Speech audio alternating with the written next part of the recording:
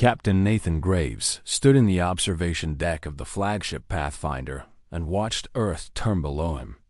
The planet looked exactly like the photos in the history files. Blue water covered most of the surface. White clouds moved slowly across the atmosphere. Green continents spread out like old friends he had never met. 3,000 years. That was how long his people had been gone from this world. Nathan had spent his entire life preparing for this moment. He was 62 years old, and every member of his family going back 200 generations had dreamed of returning home. Now it was finally happening. He touched the window with his palm. The glass was cold. Below, Earth waited. Somewhere down there were the ruins of the old cities, the places where his ancient ancestors had lived and worked and loved.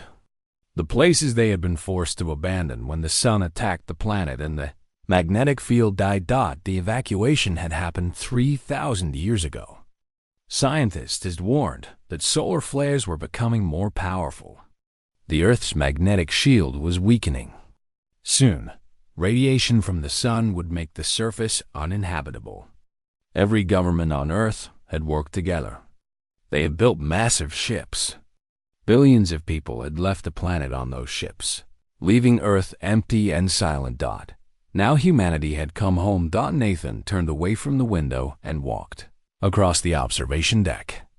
His second-in-command, Commander Lisa Walsh, was working at the communications station. She had been born on Mars, a place her great-grandmother had helped colonize. Lisa had never seen Earth before.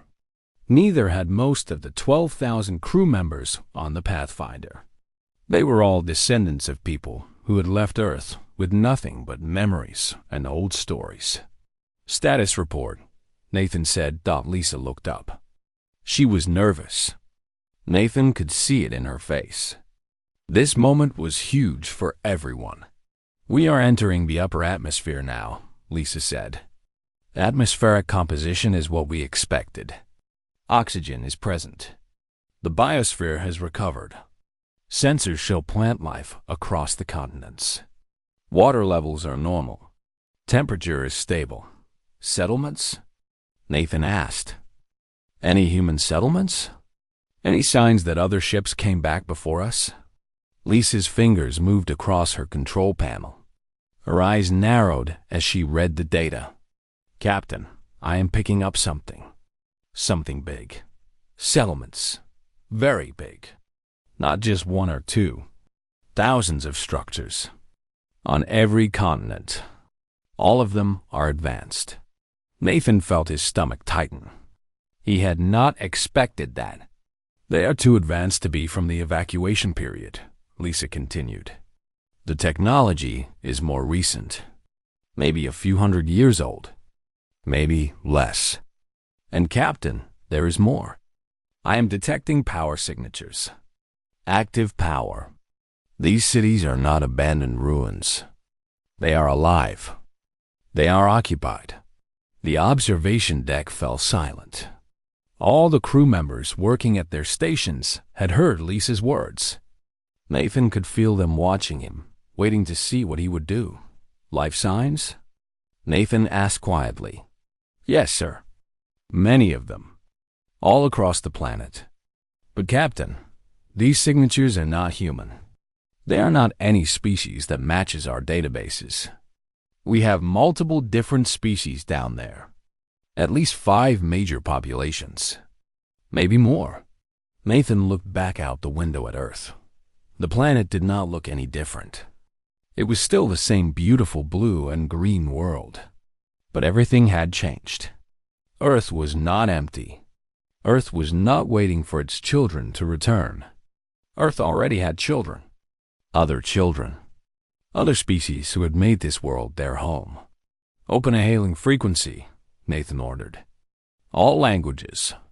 All known protocols. Send this message. We are the descendants of Earth.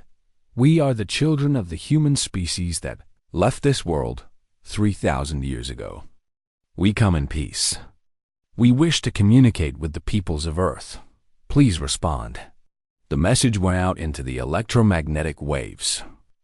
All around Nathan, crew members held their breath and waited. The radio signal traveled down through the atmosphere. Somewhere on Earth, on one of the inhabited continents, that signal would be heard. Nathan waited. Around him, the Pathfinder continued to descend through the clouds. Through the observation window, he could see the cloud cover breaking apart. Below, he could see the outlines of land. And on that land, he could see the lights of cities. Thousands of lights. Millions, maybe. A whole civilization spread across the face of Earth. Nathan had come home to reclaim his world. Instead, he had arrived to find his world already claimed by strangers. The radio crackled. A voice came through, speaking English. It was the English language, but spoken in a way that sounded wrong. The accent was strange. The rhythm was unusual, but the meaning was clear. Welcome, children of Earth. Welcome home. We have been waiting for your return. We are the keepers of the world. We have protected what was broken. We have rebuilt what was destroyed. We have kept your world safe until you could come back. Please descend to the landing coordinates we are sending you. Come and see what we have done in your absence. Come and see what Earth has become. Nathan looked at Lisa. She looked back at him with uncertainty in her eyes. Nathan thought about everything that had brought him to this moment. His ancestors had left Earth to survive.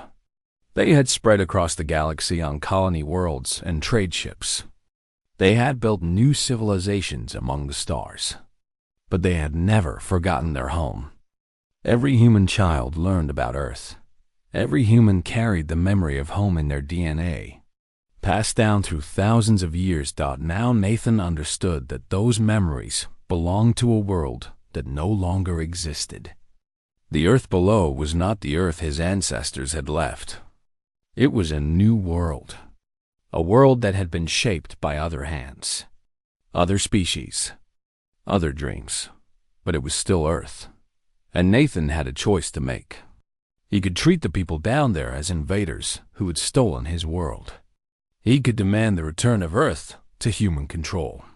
That was what some of the military officers wanted. That was what some of the human colonists demanded. Or he could try to understand what had happened on this world in the 3,000 years his people had been gone. He could try to find a way to share this planet instead of fighting for it. Nathan looked down at the beautiful world turning below him. Somewhere down there were millions of beings who called Earth home. They had lives. They had families. They had built something on this world. Accept their coordinates, Nathan told Lisa. Set course for the landing site. Tell them we are coming down. Tell them we are ready to listen. Lisa nodded and began sending the message. The Pathfinder changed course, heading down toward the clouds. Above Earth, the stars began to fade as the ship descended toward home. Nathan pressed his hand against the window again and whispered something that no one else could hear. He whispered, I am coming home, Earth.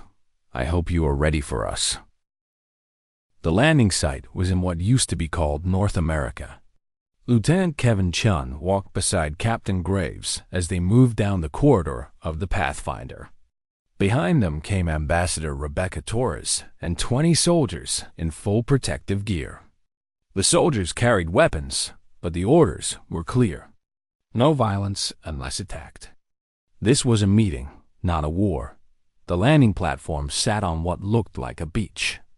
Yellow sand stretched for miles. The air was warm when Kevin stepped outside. He could smell salt water and something else. Something that smelled alive and green and new. It was the smell of Earth. The real Earth. Not the old memory from files and records. Kevin had been born on one of the colony worlds. He had never seen natural grass or natural water or natural sky.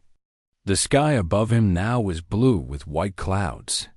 It was the most beautiful thing he had ever seen. The beings waiting for them on the beach were not human.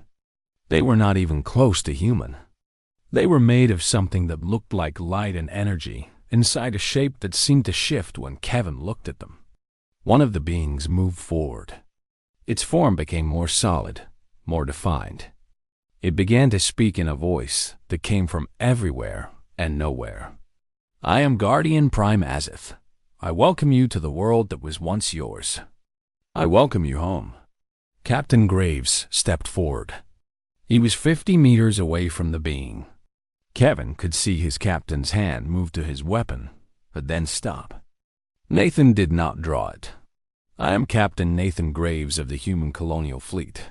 I speak for the survivors of Earth. We want to understand what has happened to our world. Azaz's form shifted. It seemed to ripple with something like emotion. The being moved, and the sand beneath it turned darker, like it was absorbing water. Come with me. I will show you. I will tell you everything that has happened since your ancestors left this world. The truth is complicated. The truth is not simple, but it is necessary that you know it. They were taken to a building that seemed to grow out of the ground. It was made of material that was neither stone nor metal, nor anything Kevin could name. The walls shifted color. The inside was vast and empty, except for a large platform in the center. Azith told them the story. The Guardian beings had discovered Earth about 500 years after the human evacuation. The planet had been recovering from the solar damage.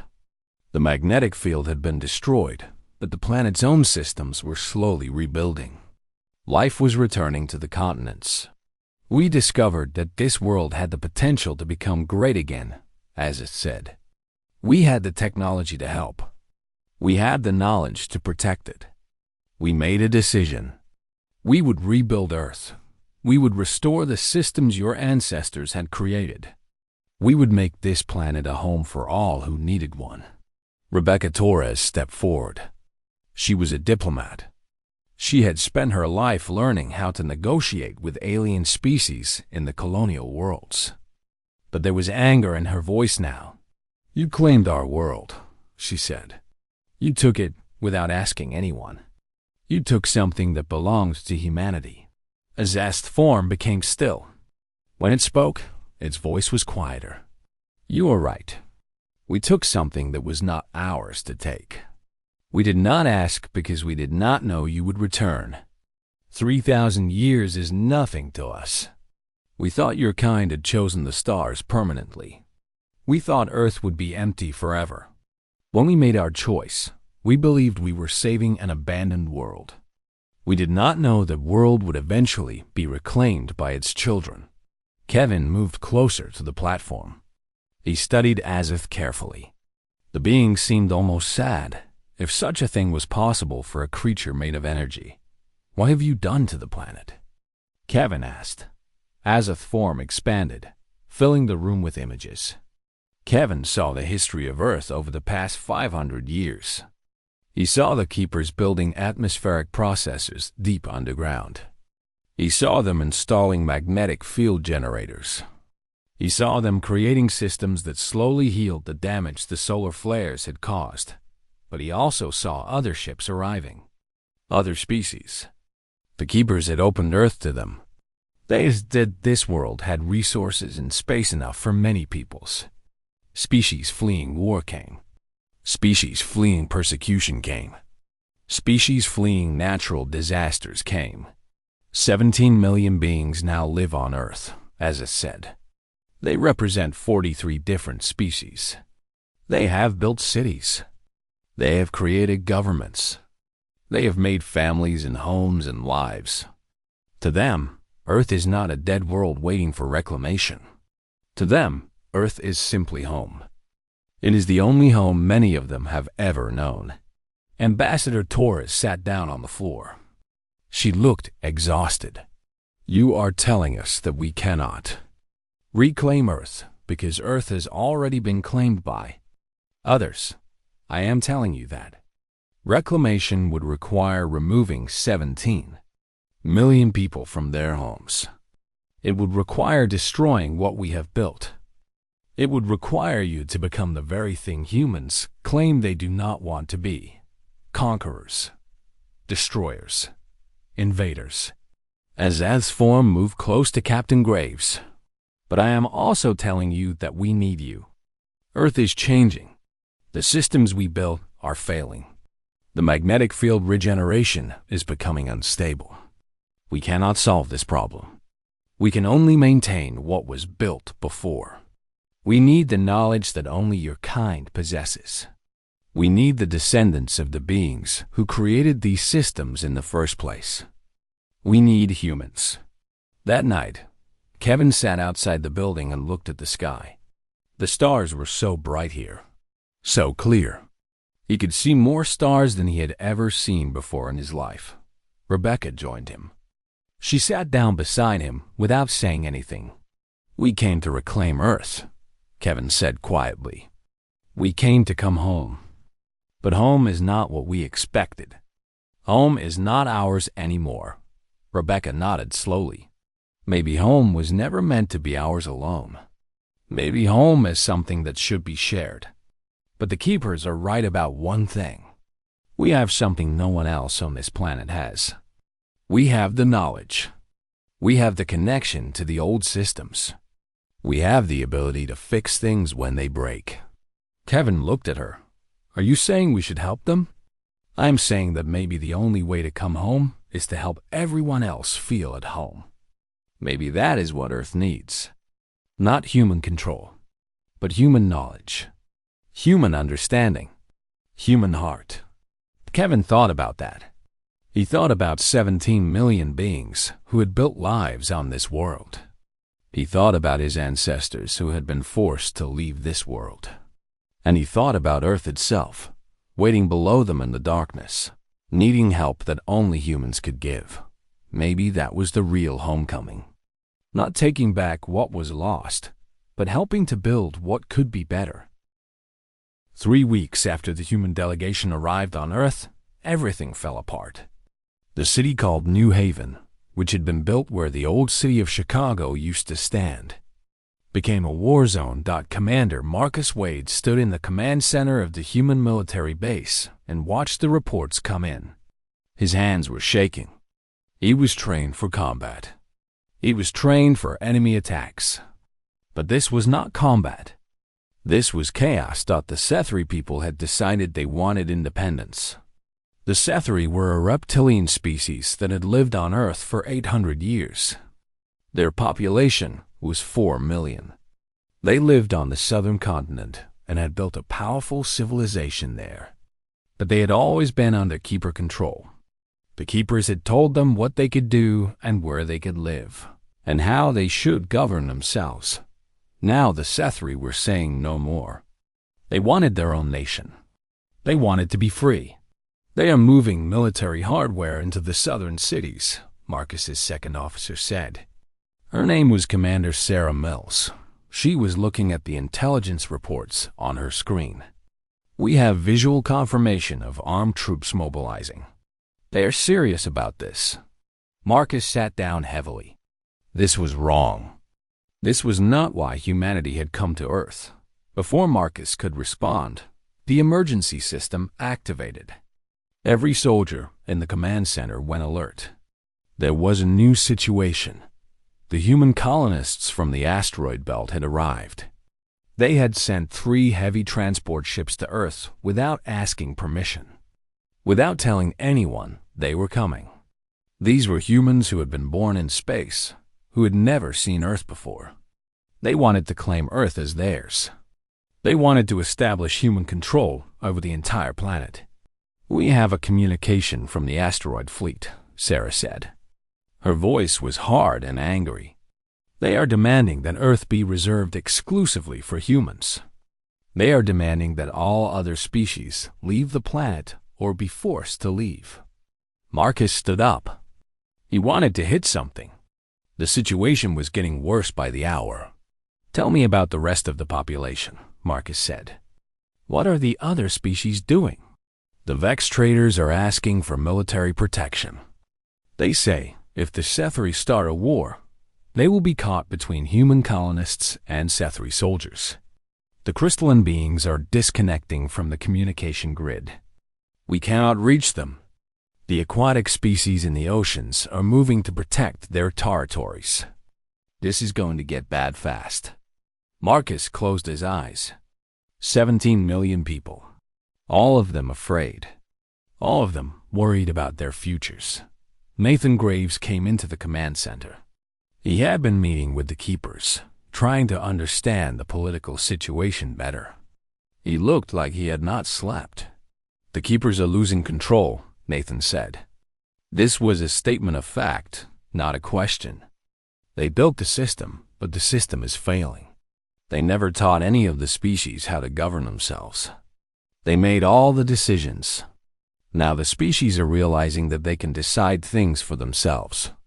They are claiming independence all over the planet.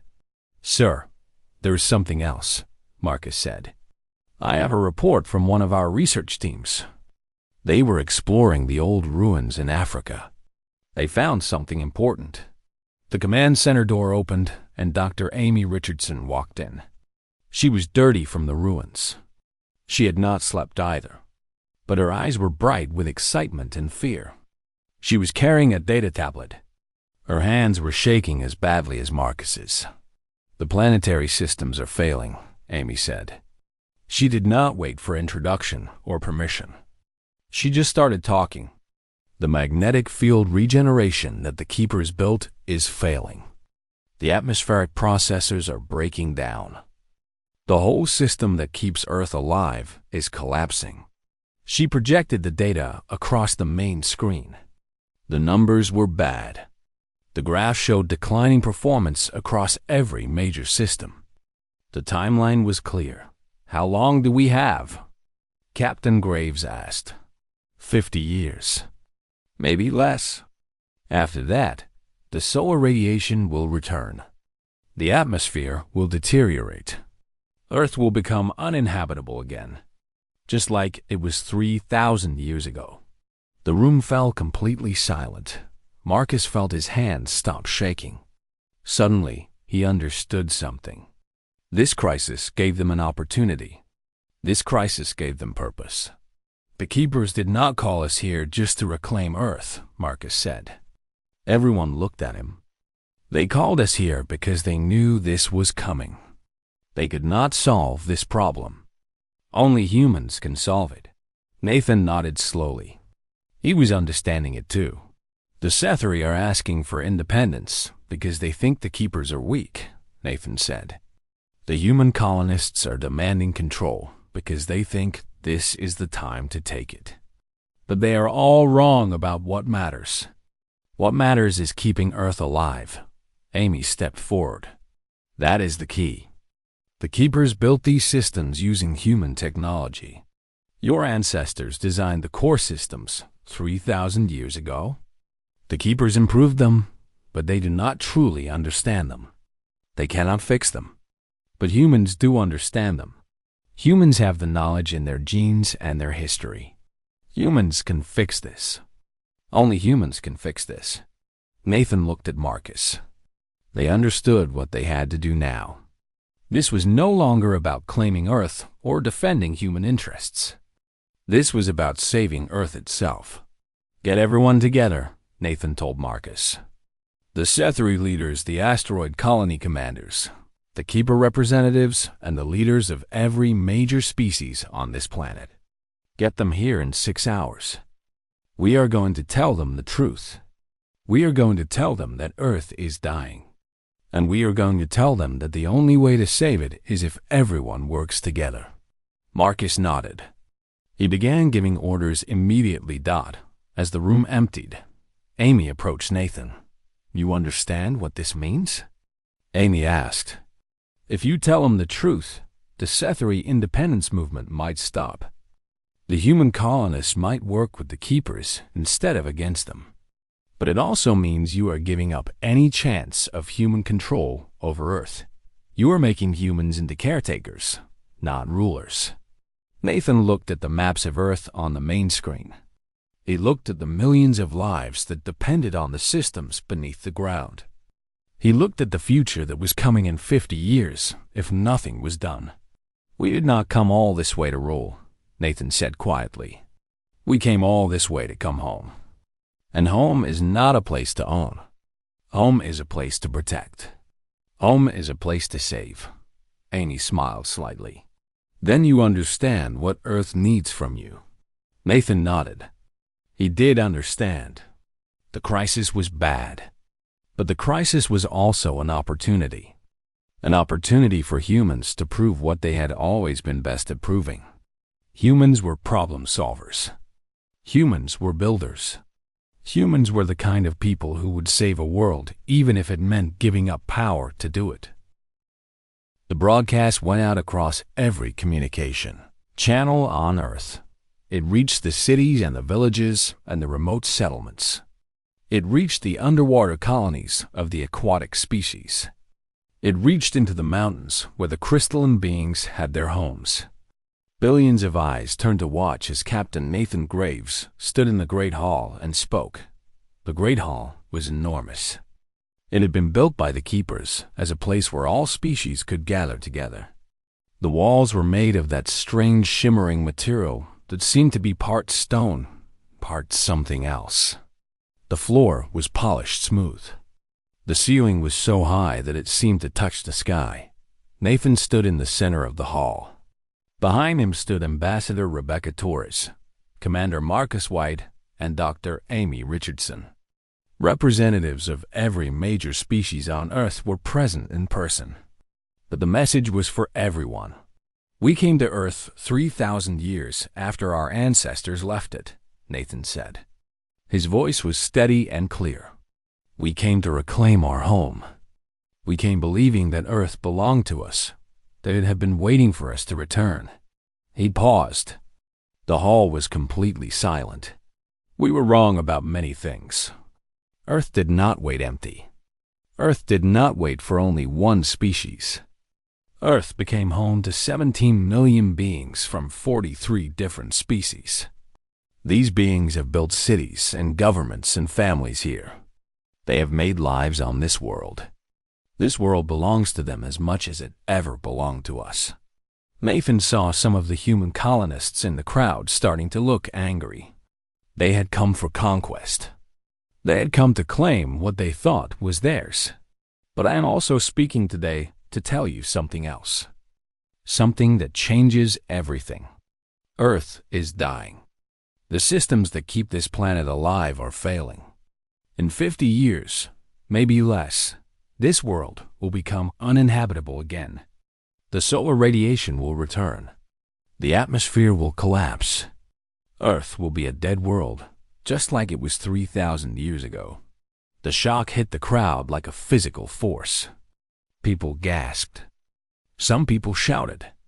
The representatives from different species began talking frantically among themselves.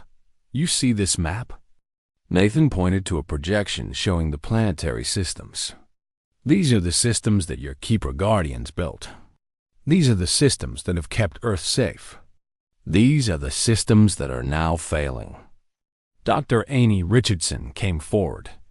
She explained the situation in simple terms. She showed the failing magnetic field regenerators. She showed the atmospheric processors that were breaking down. She showed the timeline. The numbers were clear. The good news, Amy said, is that humans can fix this. The systems were built based on technology that my ancestors developed. The systems use designs that only humans truly understand. We have the knowledge. We have it in our history and our culture and the way we think. No other species has this knowledge. Only humans can save Earth. Nathan resumed speaking. So we are making an offer. Not as rulers. Not as conquerors. But as what we are. We are offering our knowledge. We are offering our skills.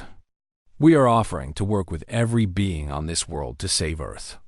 Not for ourselves, but for all of you. For everyone who lives here. For everyone who calls Earth home. He let that sink in. Then he continued. But this is not something we can do alone. We will need the engineering skill of the Setheri. We will need the manufacturing capacity of the human colonists in space. We will need the processing power of the crystalline beings. We will need the biological knowledge of the Vex traders. Every species on Earth has something to offer. Every species has knowledge and skill that we need. Nathan looked directly at the camera, transmitting his words across the entire planet. Earth is not a prize to be won. Earth is a world to be saved. And we can only save it together. The response was immediate. The Sethri leader, a large reptilian being named Crow, stood up. He was famous for demanding independence. He was the one pushing hardest against keeper control. "The humans speak truth," Crow said. His voice was deep and carried clearly through the hall. "We have been fighting for independence. But independence without a world is meaningless. If Earth dies, our dreams die with it. I speak for the Sethri people. We will work with humans to save our world." Other species followed. The Vex traders agreed. The aquatic species agreed. Even the keepers agreed, saying they would provide support for the human-led project. The human colonists from the asteroid belt were more difficult. Their leader, a woman named Colonel Patricia Hayes, argued that humans should control the project completely. But Marcus Wade stood up and confronted her. "We did not come here for power," Marcus said. "We came here because this is our home, and homes are worth saving. You can help us save Earth with us, or you can refuse and watch 17 million people die. Choose now." Patricia Hayes looked at her officers. After a long moment, she nodded. The human colonists would help. Over the next weeks, the true work began. Scientists from all species started studying the old human technology. Engineers began mapping the massive systems buried deep beneath the ground. Plans were made. Resources were gathered. Kevin Chun was put in charge of exploring the ruins where the original systems were built. He descended deep into the earth with a team of scientists.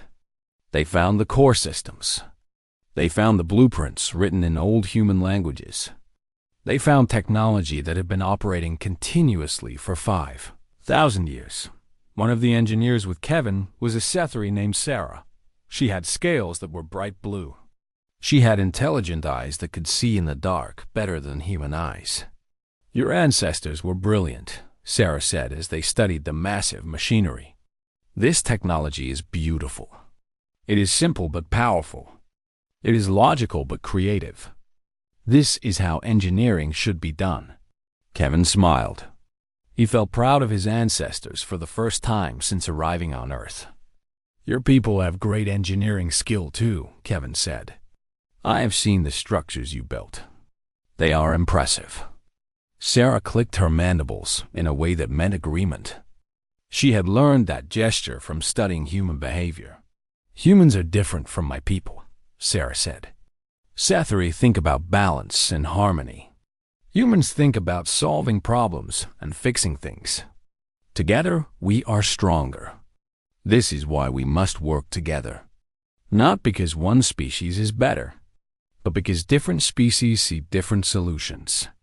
Kevin understood what she meant.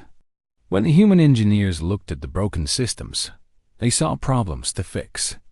When the Sethri engineers looked at the same systems, they saw places where small adjustments could improve everything. When the crystalline beings analyzed the systems, they found mathematical solutions that no one else could see. Over 18 months, the collaborative project produced results. New systems were built. Old systems were repaired. The magnetic field regeneration began to improve. The atmospheric processors started functioning at higher efficiency. When they activated the primary processor buried beneath the Rocky Mountains, sensors showed the magnetic field stabilizing. The readings became better instead of worse. For the first time in decades, the planetary systems began to heal instead of failing. Kevin stood with Sarah in the control center and watched the data stream in. The numbers were good. The world was being saved. "We did it," Sarah said simply. Kevin nodded. He thought about humanity's long journey from Earth to the stars and back again. He thought about the people who had died before they could see this moment. He thought about all the species that now called Earth home. Yes, Kevin said. We saved Earth, together. 5 years after humanity returned to Earth, the Constitutional Assembly signed the Earth Charter. It took 3 years for all the species to agree on the document. It took 2 more years to establish the systems and the government that the Charter described. But finally, on the anniversary of the first broadcast, the leaders of all the major species gathered in the Great Hall and added their signatures to the document. Captain Nathan Graves was no longer captain.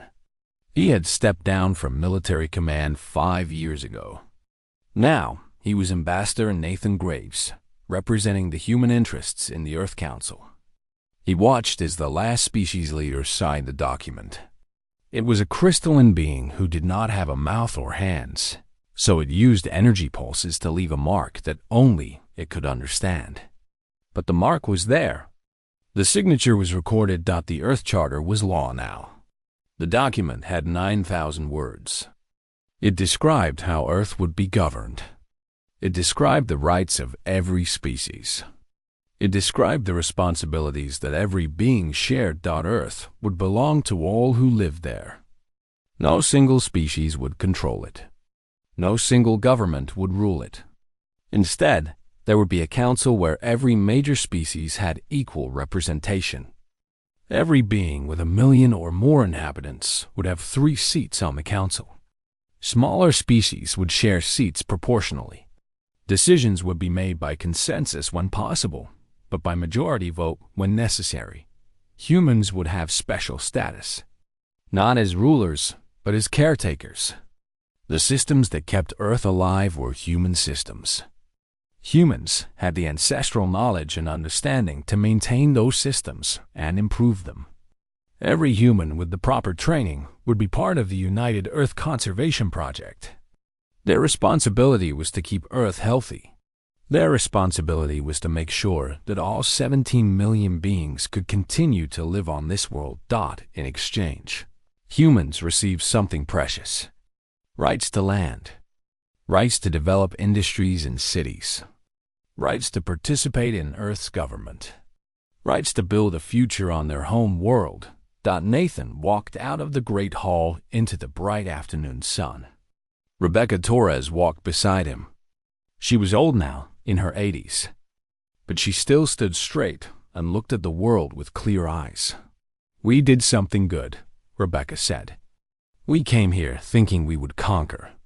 We left here having built something that might actually last." Nathan nodded. He stopped in front of a monument that had been built in the plaza outside the Great Hall. It showed the evacuation ships, leaving Earth in the old times. But something had been added. The evacuation ships were now surrounded by ships from all the different species. Ships that had brought them all home. Ships that had brought them all to Earth to build a new future together. "Look at that," Marcus Wade said. He had retired from military command too. Now he was working with the Conservation Project, making sure the planetary systems stayed secure. "Our ancestors leaving. Our new family coming. That is what the future looks like now." Dr. Amy Richardson was still leading the Conservation Project. She had aged slower than the others because she had taken genetic treatments to extend her life. She wanted to see several generations grow up on the new Earth. She wanted to see what would happen when human children played with Sethri children and Vex children all together.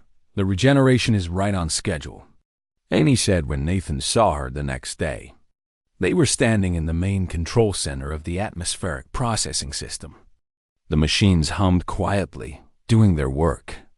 The magnetic field is stronger than it has been in 3,000 years. The atmosphere is cleaner. The water is cleaner.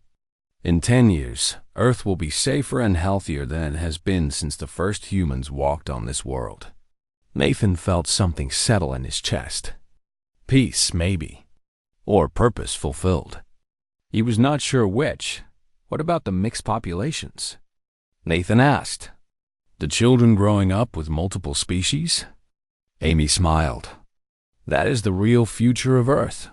The scientists studying the situation say that within 300 years, the species will be so mixed and integrated that individual species identity might not matter anymore. We might become something new, something that is human and Sethri and Vex and crystalline all together. A new species. A species that understands cooperation instead of competition. Nathan was not sure if he believed that. Change took time. Real change took generations. But it was possible. It was something worth working toward.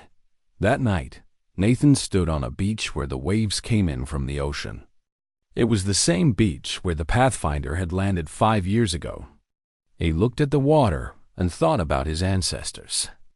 He thought about the billions of humans who had left this world seeking survival. He thought about the ones who had held the memory of home, alive through 3,000 years of separation. Kevin Chun found him there. Kevin had become the chief engineer for the conservation project. He had worked with Sarah and the other Sethri engineers to maintain and improve the planetary systems. His work would continue for the rest of his life. I was offered a position, Kevin said without preamble, on one of the colony worlds. Better pay, easier work, a chance to leave Earth and go back to space. Nathan waited. He knew there was more. I refused, Kevin said.